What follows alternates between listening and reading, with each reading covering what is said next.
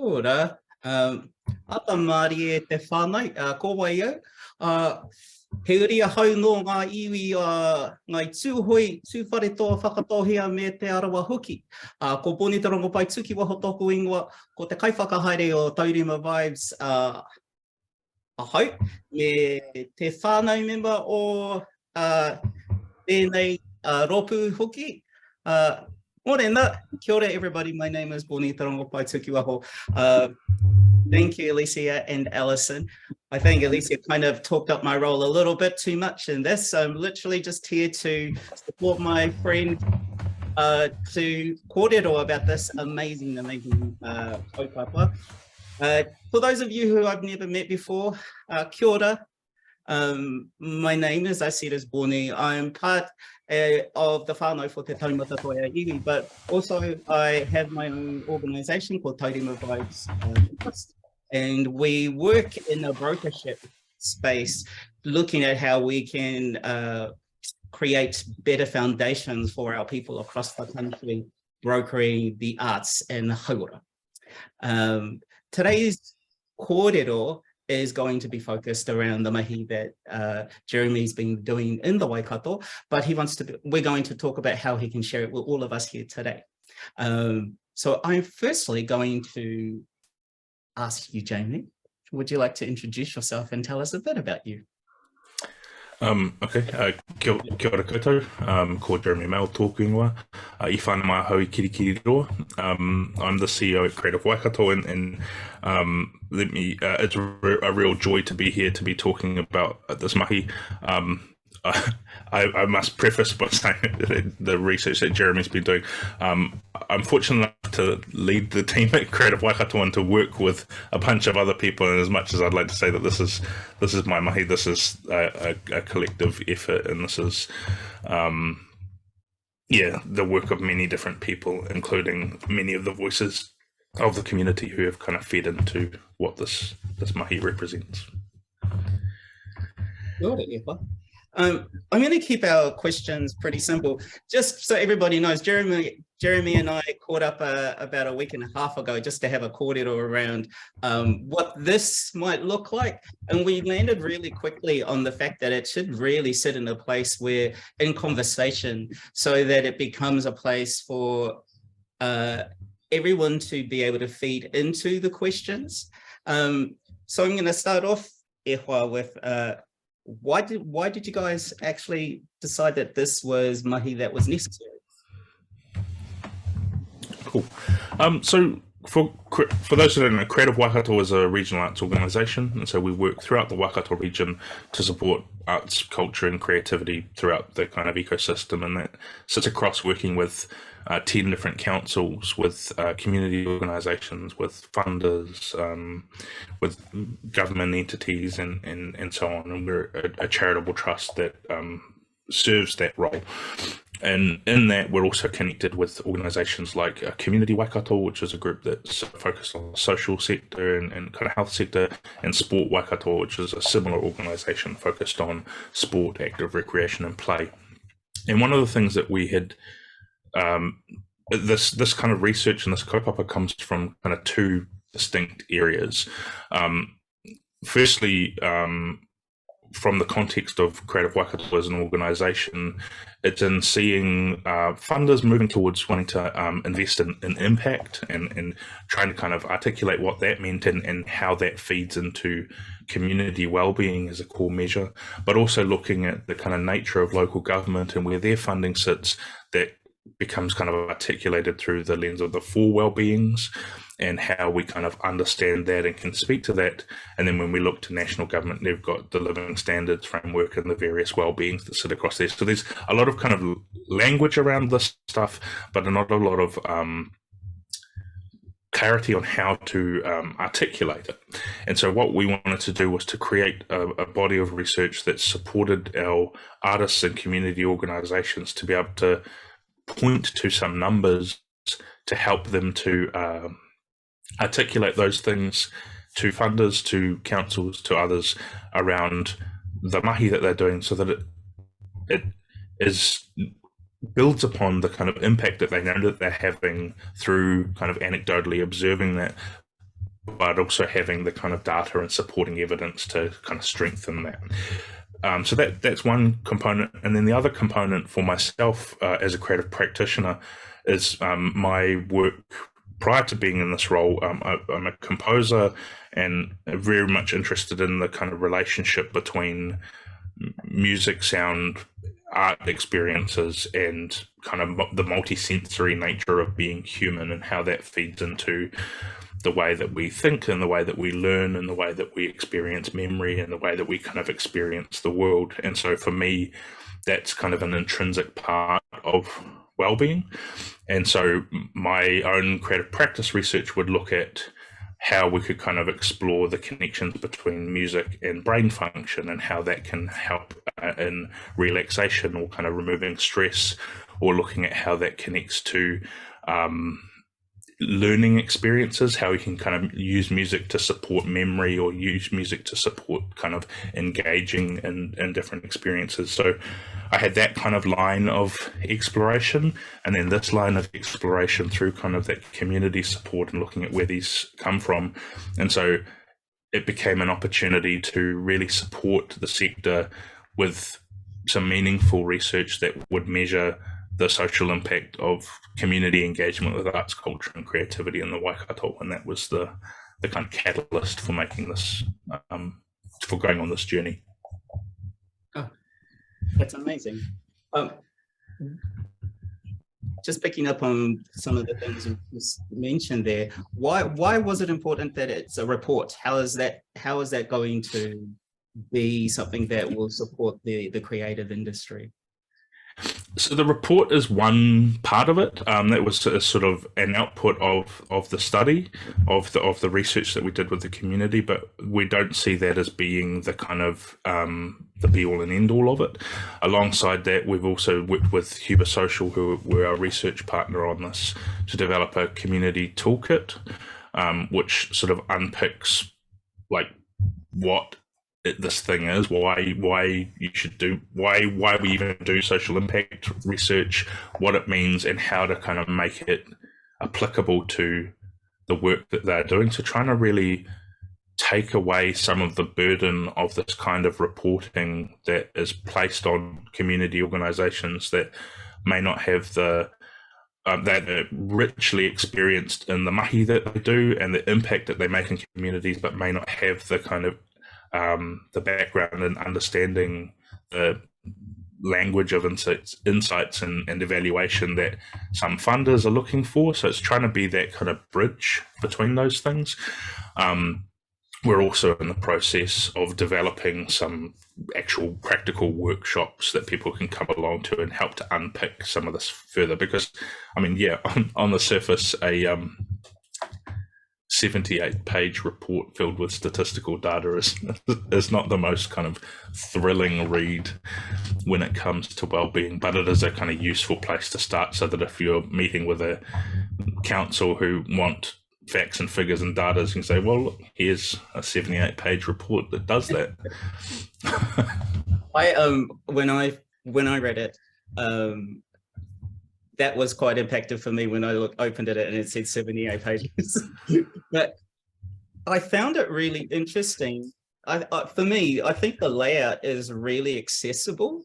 Like there's some of those pages, the title pages, and that actually in itself, there's a break between all of the written language. Was that quite important for you and your rōpū when you were bringing all your information together to create something that was accessible from top to other levels?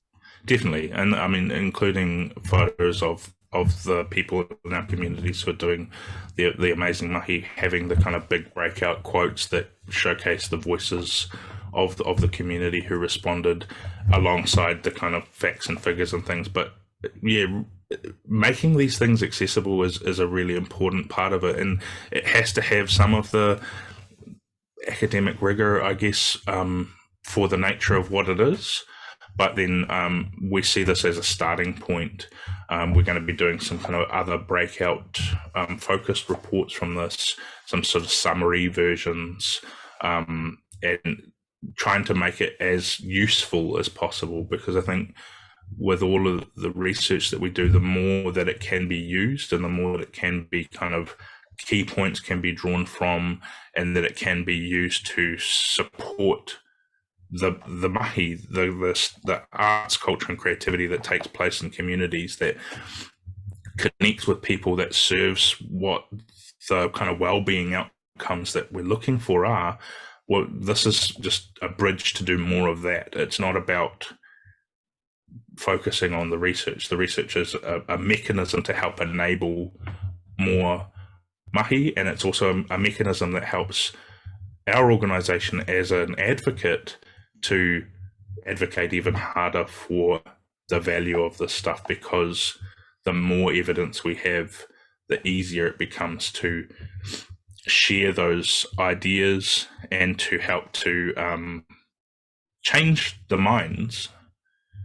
Because while we may all kind of understand the value of engaging in the arts and what that means for us as practitioners and people in the sector, we're also there's a broad range of the community who may not feel that same immediate connection because they don't have that day-to-day kind of experience of being in those spaces and doing those things. And as much as we want more and more people to actually have those kind of embodied lived experiences, it's also important to kind of point people in the directions of where they can find them. And hopefully this is one contribution to that. And I know very much that it's not going to be the thing that fixes anything, but it's an offer using a framework that we know aligns with some funders that we work with here, to use hopefully a shared language that helps to strengthen all of the mahi that goes on. Sure. I think COVID taught us quite quickly that you spoke about the broader communities and their lens on what artistry or creativity was. I think COVID taught us really quickly that the value set on the creative arts sector is there's quite a separation from it. And I think by the sounds of it, having a tangible tool that you're able to use to create better communication and other kōrero, I think is really important. I'm going to ask you a question about that in the minute, but I'm just kind of thinking it would be good to understand from a whakapapa perspective, when you and your rōpū were sitting down figuring out what it is that you'd like to try and research or examine, what led you to this particular way of thinking, and do you feel that you achieved what you set out to do? Interesting question. The reason we went in the direction we went was, this journey for us started a couple of years ago. And we were originally going to have done this project and put out this report much earlier, but every time we went to kind of launch, we were in another lockdown or something, and it seemed like not a great time to be kind of doing this type of mahi.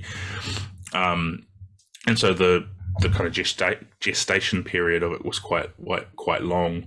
When we were first starting out, we were looking at different ways of measuring or kind of articulating this stuff, and one of our primary funders is Trust Waikato, which is one of the regional community trusts, and they were doing some work with Huber Social around kind of understanding their impact and things. And so it made sense. Like, we'd looked at a bunch of different options, but because that was going to be some language that was going to be used here, it made sense to kind of align with that as well, because if we're supporting people to use that understanding,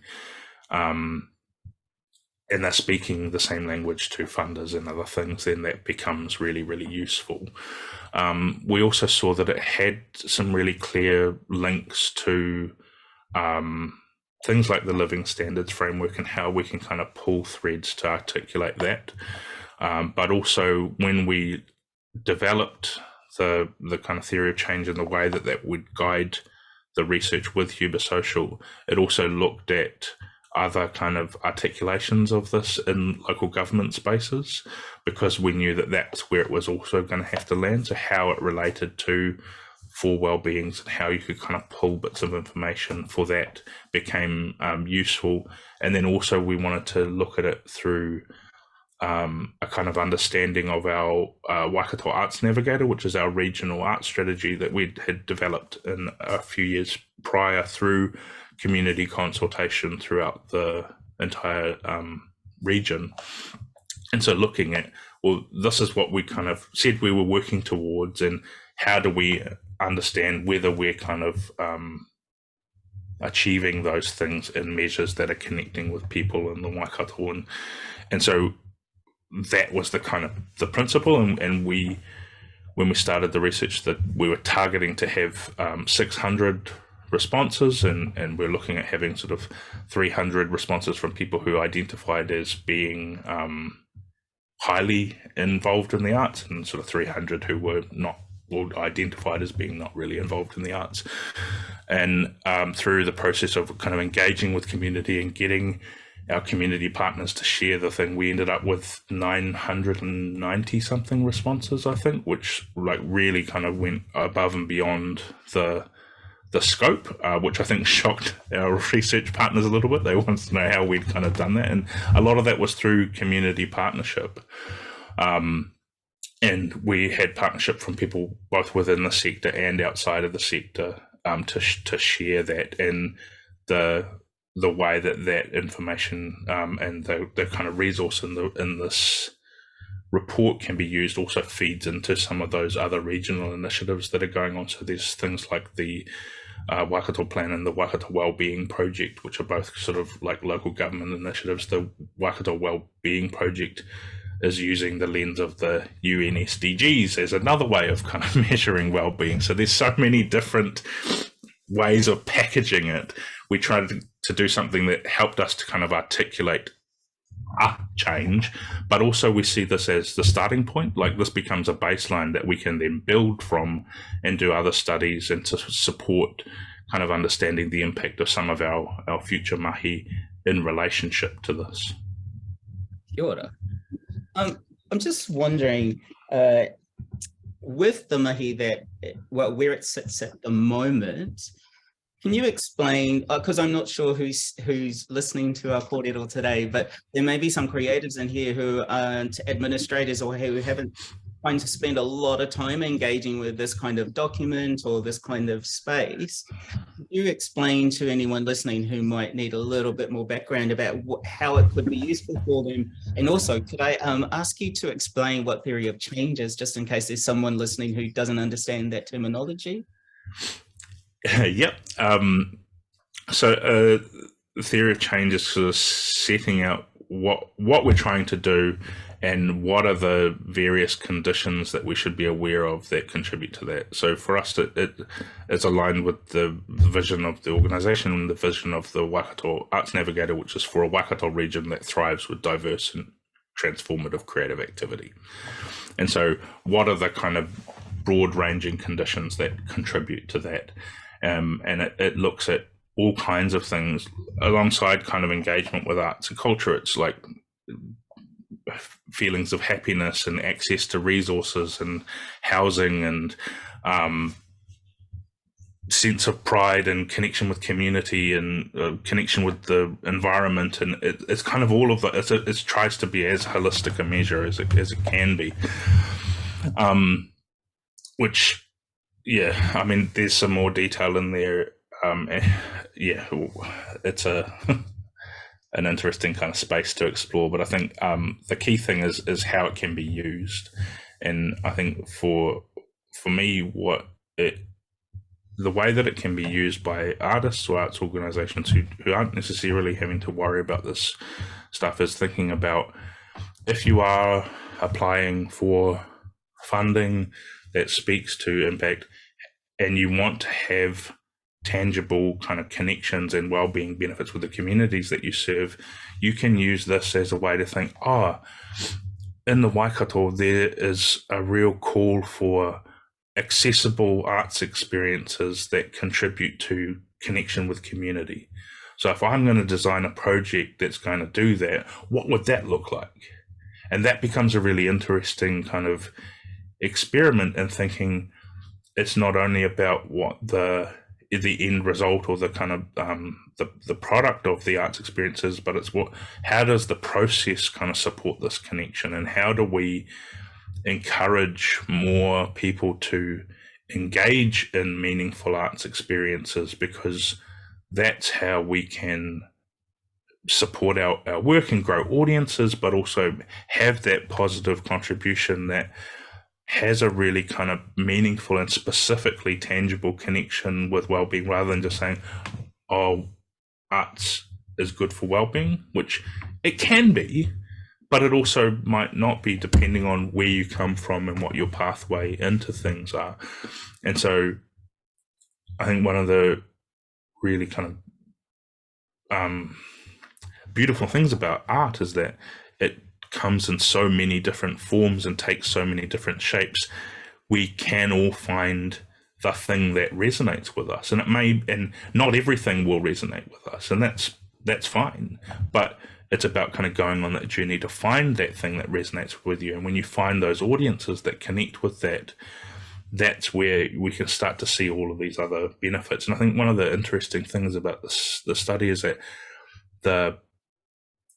the key things that kind of contribute to well-being are things like connection to self, connection to community, connection to place, mental health, physical health.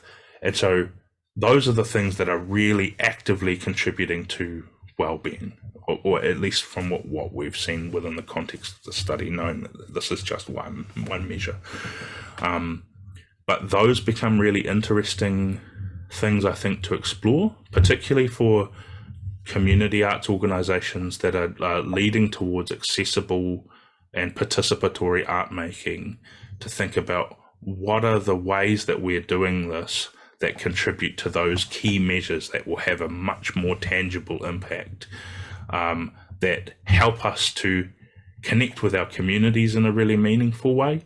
But also, if we need to respond to a funder, we can respond to a funder saying, well, we're doing this thing, which we know will contribute to this thing, which is a measure that we can point to in this thing. And so this gives us the confidence in knowing that this is at least attempting to contribute to well-being, because we can kind of follow this line, and hopefully that makes it really interesting to think about how we more strongly articulate as a sector the nature of arts, culture, and creativity as public good, as kind of core human right, in a way that the sports sector has done so well. And like, we know that we need to be active and we need to do these things because it's good for our health and it's good for all of these things. And I would argue that the arts sector is having those same benefits, but we perhaps don't use that same language as readily.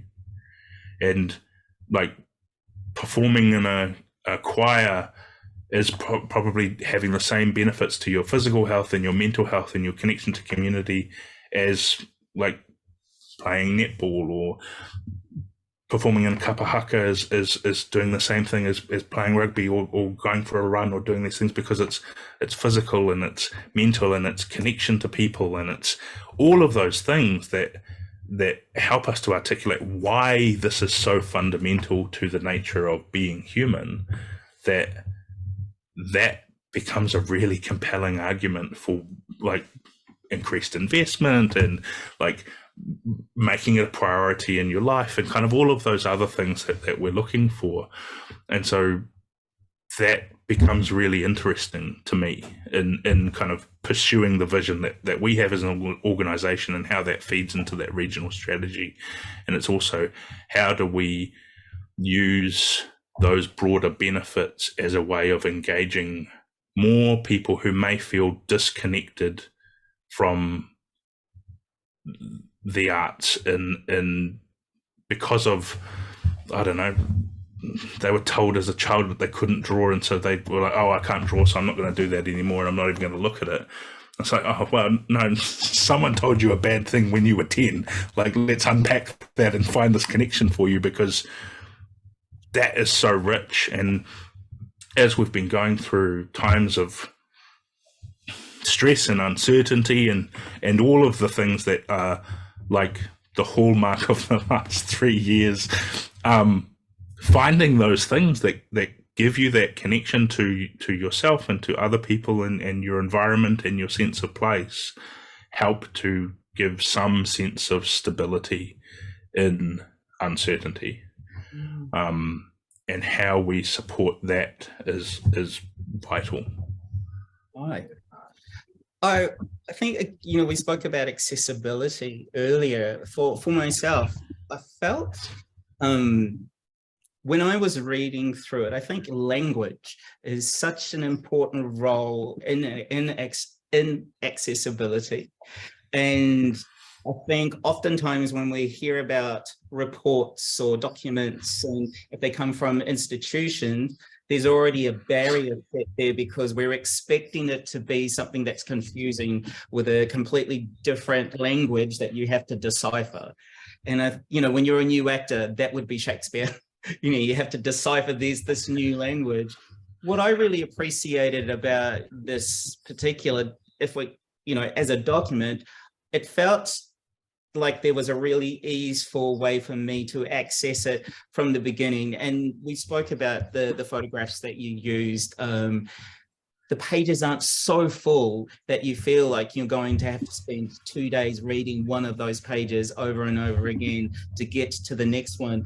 Myself, I really appreciated the language that you chose to use. I think in one point you spoke about folks, non-creative folks or something like that.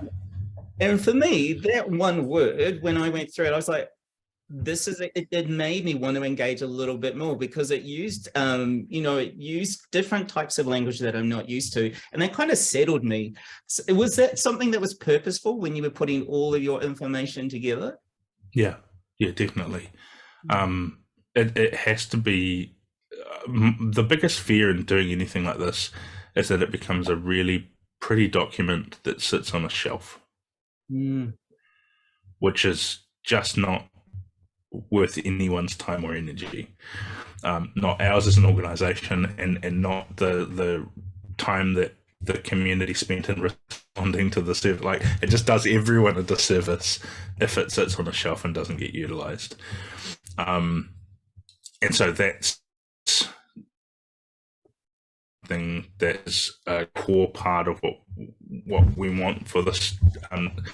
It's also part of the reason why there's a supplementary report which is just quotes and key themes from community. So it's just the community voices, and gives really kind of beautiful insights into the way that that's engaging with people. And yeah, like I say, we're working on some other even shorter form versions of kind of key points and key kind of messages and takeaways that if you want more information, you can find that in the main report. But if you want a 10-page version, well, there's a 10-page version that we're gonna work on as well. And one of the other things that we've got Huber Social, our research partner, working on is a supplement that focuses purely on creative professionals themselves. So the respondents who are creative professionals, kind of what is serving their well-being, and I'm interested to see kind of what that comes from that specific analysis. But I think that it may become probably more of a useful advocacy tool than it will to completely direct what artists are doing, because I think it's going to probably say things like access to resources is really important, sustainable housing, kind of all of those things that we're not going to be able to solve, but we can advocate for. And we can advocate for things like increased investment to remove some of those barriers to making sustainable practice. So some of the stuff is to help organizations, some of the stuff is to use for advocacy, some of the stuff is to feed into kind of project planning and the way that we connect with communities. And so hopefully it has many different uses to be as kind of a thing that you keep handy and refer to, rather than just oh, that was a nice thing that they released in late 2020 or 2022, and we can just ignore that and move on. I love the fact that through this short quarter, you've already mentioned 3 or 4 times that this is a starting point, that there is a next step to go forward, and you've already outlined a few of what those things might look like.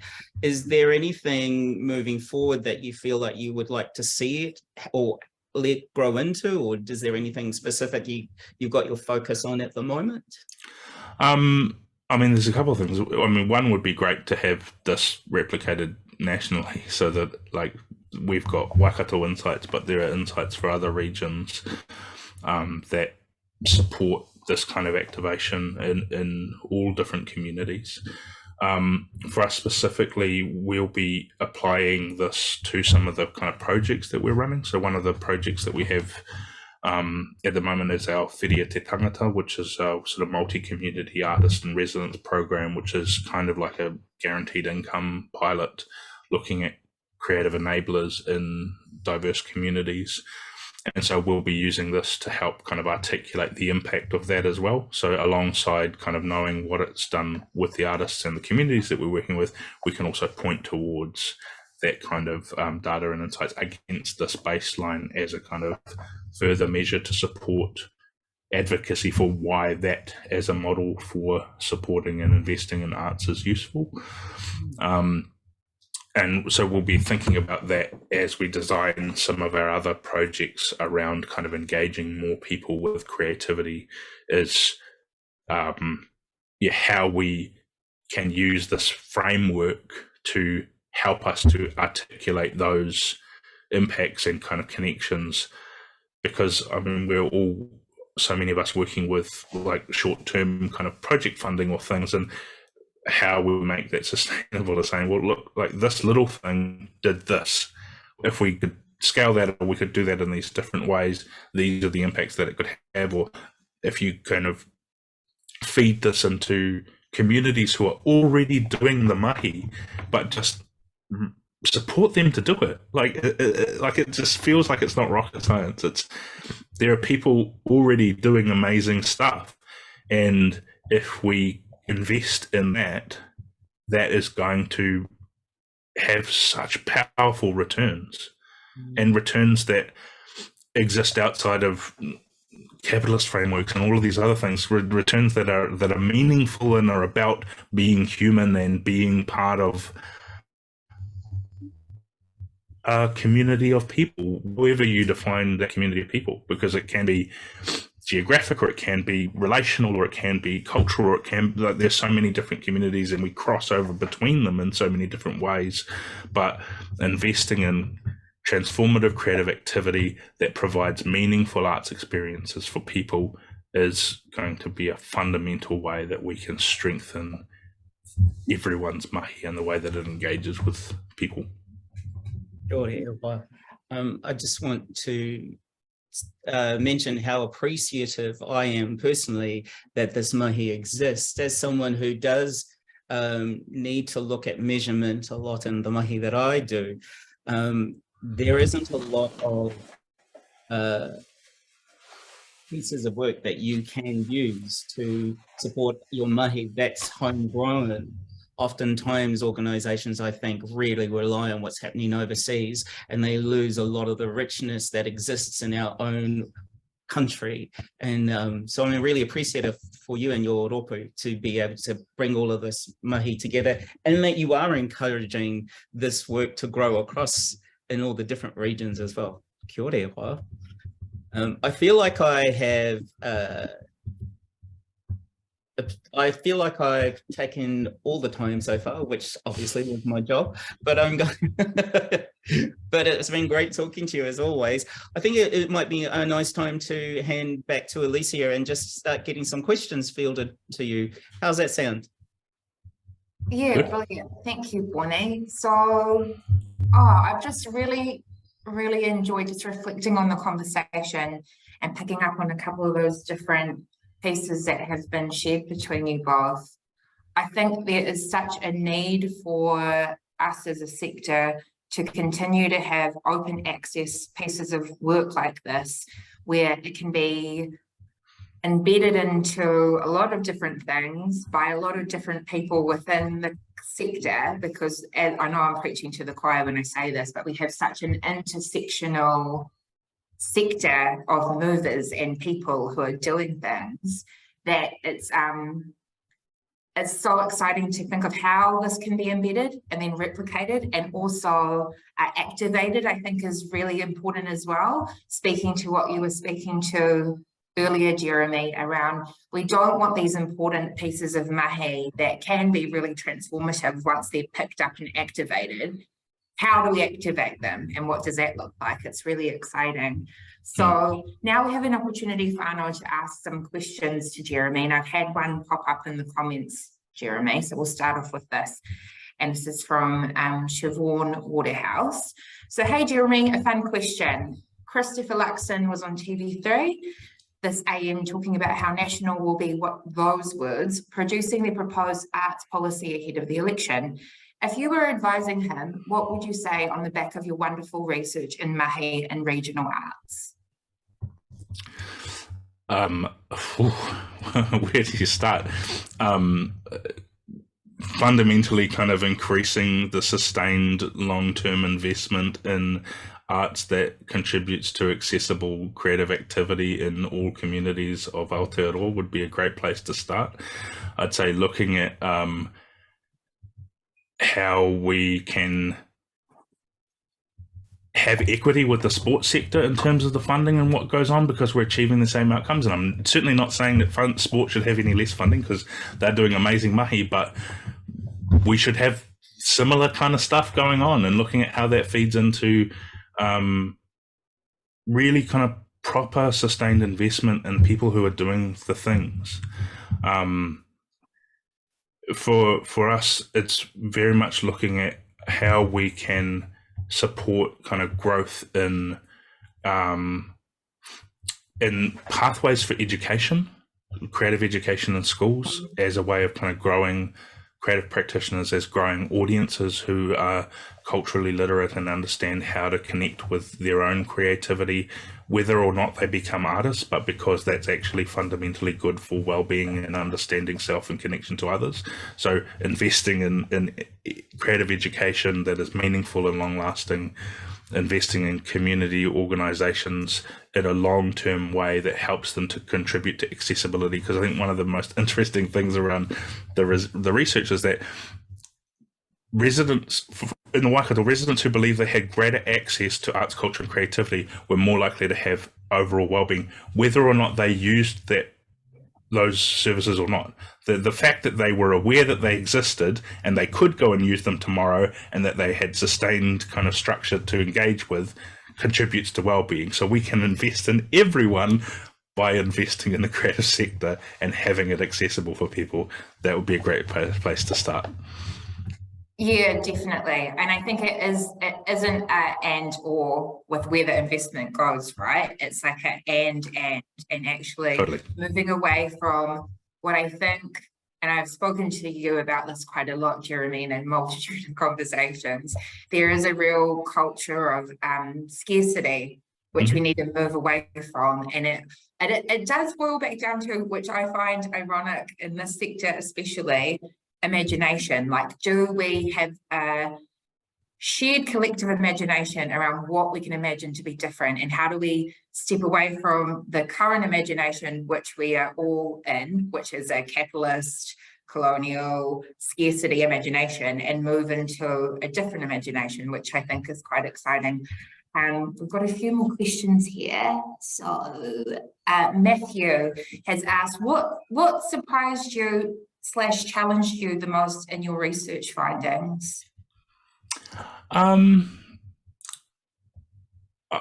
think one of the things that like people have asked a little bit was around, why is the value of art so low in compared to the other components? Because I mean, surely you're hoping for the value of arts in itself is the key contributor. And I mean, it didn't. I mean, it didn't really surprise me. I think because I think when it comes down to it, the value of arts experience is in the stuff that it enables us to experience and to learn and to unpick, which results in other things. And so I think that it's quite interesting to see that quite clearly kind of shown in that the real kind of value is in connection to self and mental wellness, connection to place, connection to community, physical wellness. Those are really exciting things because they can contribute to everyone and they exist regardless of the quality of the art. Because you can have really meaningful and impactful arts experiences with low, I don't want to say but you know what I'm saying. Like, it doesn't matter the aesthetic quality of the work. Well, I suppose that's it, right? Like, how do you quantify what is good or bad when you're speaking into what is art? Because actually art is so subjective that I don't think that is really a helpful way to measure anything anyway. And it speaks to some of that stuff around, well, what is our measure of success? Is it commercial success? Is it cultural success? And where does that land or sit, I suppose? And it can be all of those things at once. Yeah, absolutely. Like it can be all of them or one of them, and it actually doesn't really matter. So I think for me that becomes the really fascinating, surprising, kind of interesting part to unpick further is, how do we strengthen that understanding as a way of celebrating the strengths of what this brings to the sector and to communities? Yeah, awesome. I'm gonna throw another question at you, Jeremy. So far, what reaction have you had from council and funders in regards to the report? From councils, little, because we kind of released it around the time of the election, and then they went through like inductions and all kinds of things. So that's probably more of a this year job. But funders are very excited, and also some of the other regional initiatives. So I know that the Waikato Wellbeing project, which sits across a number of funders and other kind of community groups, will be using this as a kind of basis for some future work that they're doing. So yeah, really positive from that angle. But I mean, as I say, it's the beginning and there's still work to be done there. Yeah, awesome. Thank you. So we've just got a question from Adrian. How did you get so many people to take part? There are a couple of different ways. So one is alongside the main report, we worked with a bunch of community organisations to become measurement partners. And so they paid a minimal fee to have a specific bespoke report to their impact in relation to things, and with the kind of the idea that they would share it with their communities. And so they'd share it out to their mailing list and encourage people to take part so that they could have their insights and we'd have our insights. But we also specifically, because we wanted the non-arts people, went to like councils and the university and Te Pukenga and Te Waka, which is an economic development agency, and Sport Waikato and Community Waikato, and said, hey, we're doing this thing and we need like a broad range of people. Will you share that? And because we have strong working relationships with them, they were very happy to support that, and we're hugely appreciative of that, because that enabled us to have the kind of depth of insight that we could only hope for, really. Yeah, awesome. I mean, that's something else that we've been discussing in a multitude of corridors that we've had as collaborators, I think, around who are our co-conspirators in other sectors, in other communities, in other parts of our community that can support and I guess speak to the value of what it is we do in our sector and what does that look like.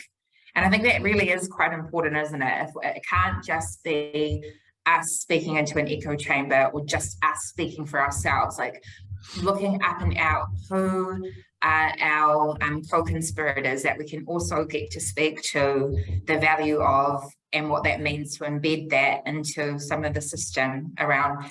We're actually doing all this amazing stuff in the same way that sports is also achieving these incredible outcomes for community. So what does that look like? I've got a question here from Alice. A question about taking this work to Treasury. Would you try to change how art, culture and creativity are measured within the Living Standards framework, as LSF is utilised by local councils in budget decision making? Potentially. I mean, I'd love to explore what this could be in relation to the Living Standards framework and a kind of greater depth of understanding of the value of arts, culture and creativity within that, because it feels a little bit surface level within that structure. How to go about that, I don't know. That is something that we've certainly been pondering, because I think that there is a huge amount of potential in how this kind of feeds into that understanding. Yeah, awesome. Thank you, Jeremy. I'm just mindful of the time, whānau. So is there any other burning questions that anyone has got before we kind of wrap this kōrero up? Feel free to just pop them into the chat. Alison, do you have any burning questions that you might like to ask? I can just see your face on my screen.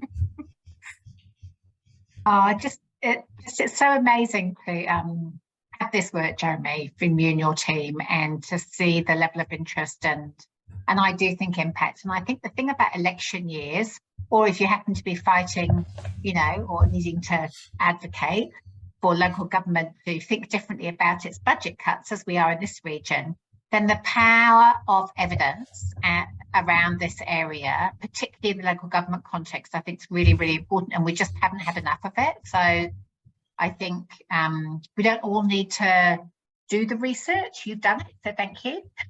And it's how can we use it? And I think it would be great to think about, maybe you've had some thoughts about this, about how do we share back with you best the use that your research is having in our work, and how do we, I guess, mobilize that collective power? Because what we want to do is influence the policy writers of all the political parties, and also our local councils, and also empower arts communities to use this to their advantage when they're applying for grants or, yeah. So I know you'll be doing this in the Waikato, but how could we do that more collectively, Jeremy? Because I mean, you and I talk about this a lot, but you know, I do think there's so much wealth of knowledge here. Yeah, I mean, we'd love to know anyone who's using it to support any of the mahi that they're doing. Just flick me an email and let me know, because it's great to know that it's being activated and used. In terms of kind of supporting communities to use this, our community toolkits and workshop resources that we're working on at the moment to further unpick this will eventually be available online through our website, so that can kind of support people to pick up those resources as a way to help unpick this. But yeah, please use it and encourage people to use it, because like I said, yes, it's Waikato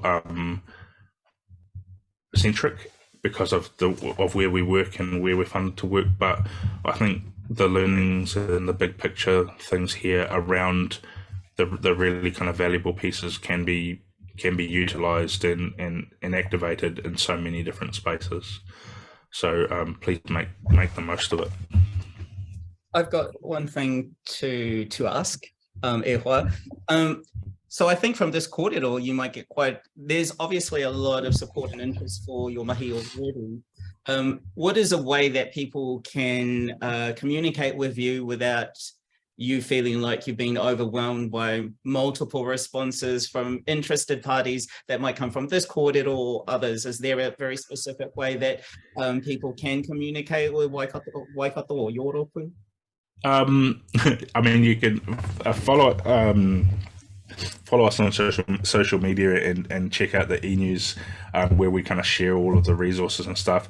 I mean, potentially if it's from this context, it could be woven through Te Taumata as a kind of connection point because we're engaging in conversation all the time. But I'm happy to have a chat if it fits into the schedule. This stuff fascinates me and I'm hugely passionate about it, so I'm always up for a kōrero. Awesome. Thank you, Jeremy. I've got one last question just to from Liz, our mate at council up here. Awesome mahi, Jeremy. Is there a time frame for when a shorter summary version or versions might be available?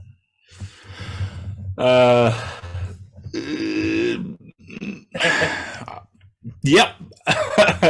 I'm working on sooner rather than later, but I'm also trying not to kind of overstress my team with a range of other mahi that's going on. Our summary report for the creative professionals should be by late February, early March. Our other kind of projects and stuff will be probably a couple months after that as we kind of get it refined and make sure that it's all kind of clear and easy to use. But certainly we hope to have everything out and about and available before the middle of the year, but I imagine it'll be sooner than that.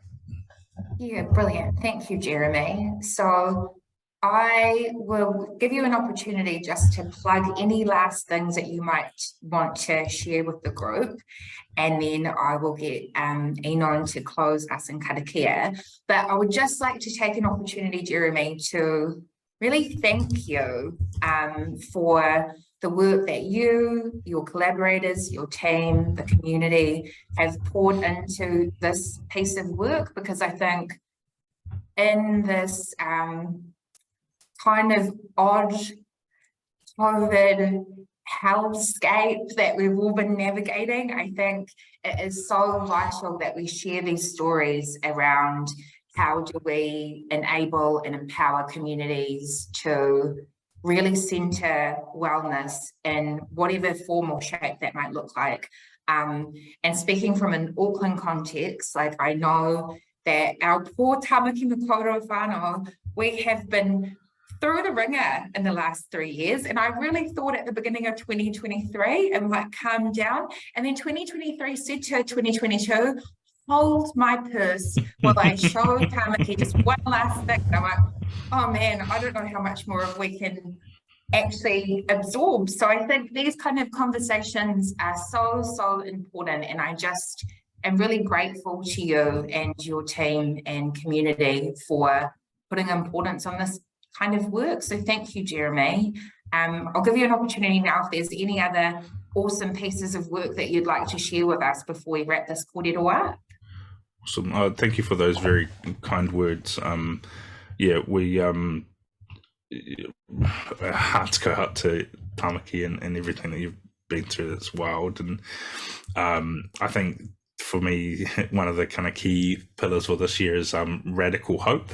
It's kind of holding on to kind of joy and hope in the face of everything, because it's very easy to kind of get caught in doom spirals. But if we focus on hope and we focus on joy and we celebrate the strengths of the things that are going on, that's a far more compelling reason for people to hop on board and jump in that waka and support by grabbing an oar and paddling with us, rather than sort of that feels really kind of compelling and inspiring. And so I'd love to see more and more of that. In terms of the mahi that Creative Waikato is doing, one of the key things that, I mean, there's a range of stuff that we just launched, but one of the key things that I'd love to share is a series of resources that we developed for teachers. Awesome. About embedding creativity in the classroom. And it's come from a kind of realization that having meaningful arts education is a really powerful way of building kind of connected arts audiences and practitioners who feel that pathway, and looking at, there hasn't been a lot of investment in arts resources for schools, and a lot of our teachers coming through teacher training get like 4 hours of of training on how to be arts teachers, which is not enough, particularly if they themselves were told they couldn't draw when they were 5. And so we really tried to make something that is really accessible. So there's a suite of resources. I just chucked a link in the chat, which teaches core subject through art. So you learn math through dance and visual arts, you learn science through drama, you learn history and social studies through through all kinds of different art forms. So it's there. The resources are freely available to use. So please do share them with teachers that you know. And we're trying to have some conversations with the Ministry of Education around how we could kind of, like, this is essentially like a pilot version. And it could be grown out to be across all levels and be printable kind of hard copy resources. We've kind of done some mock-up versions of those, which look really beautiful and they're bright and vibrant to sit on teacher shelves and be activated in a really useful way. So the more we can say that this mahi is connecting with people, the more we can advocate for more of that as well. Most definitely. I'm just going to pick up on one thing you said and then I'll hand it over to Enon. I think that's something I've been always really embedded in my practice as an artist as well, is that actually it shouldn't be, but joy and hope are radical. And so if we can centre that in everything we're doing with the work that we're doing, that can only be a good thing, I think. And especially when we're thinking about, we're all trying to sustain our sector, but it's also, I think, thinking about looking forward and looking back, how do we grow our babies so that they know that these pathways can be for them too, that it's not this like, oh, that's a nice thing to potentially be able to do, but actually these are really clear pathways for you and what your future could be as a creative practitioner. So, yum, that's a really yum place to land. Thank you, Jeremy. Succession over legacy, eh? Yeah, absolutely. Absolutely. Thank you, Bonnie, for facilitating this kōrero today. I appreciate and value you always. Such a joy to be sitting in space with you both. Even if it is digital space, I'm still just really grateful that this is how I've spent my morning. So thank you. I'm going to hand over to Enon now. Enon, if you could please close us in karakia, that would be greatly appreciated. Thank you. Ngā mihi whānau, and echo the comments, Jeremy. Always good to listen to you and the passion that comes through in you and Bonnie, especially in this space. Hoi anō, I'll close this with our karakia. Manawa mai te mauri nuku, manawa mai te mauri rangi, te mauri ka whakapiki, te mauri ka whakakake. Te mauri o nei tuhunga, te mauri o tēnei tauira. Te mauri ki runga, te mauri ki raro, te mauri ka puta ki te whai au ki te ao mārama. Uhi, wero, tawana mai te mauri, haumi e hui e, taiki e.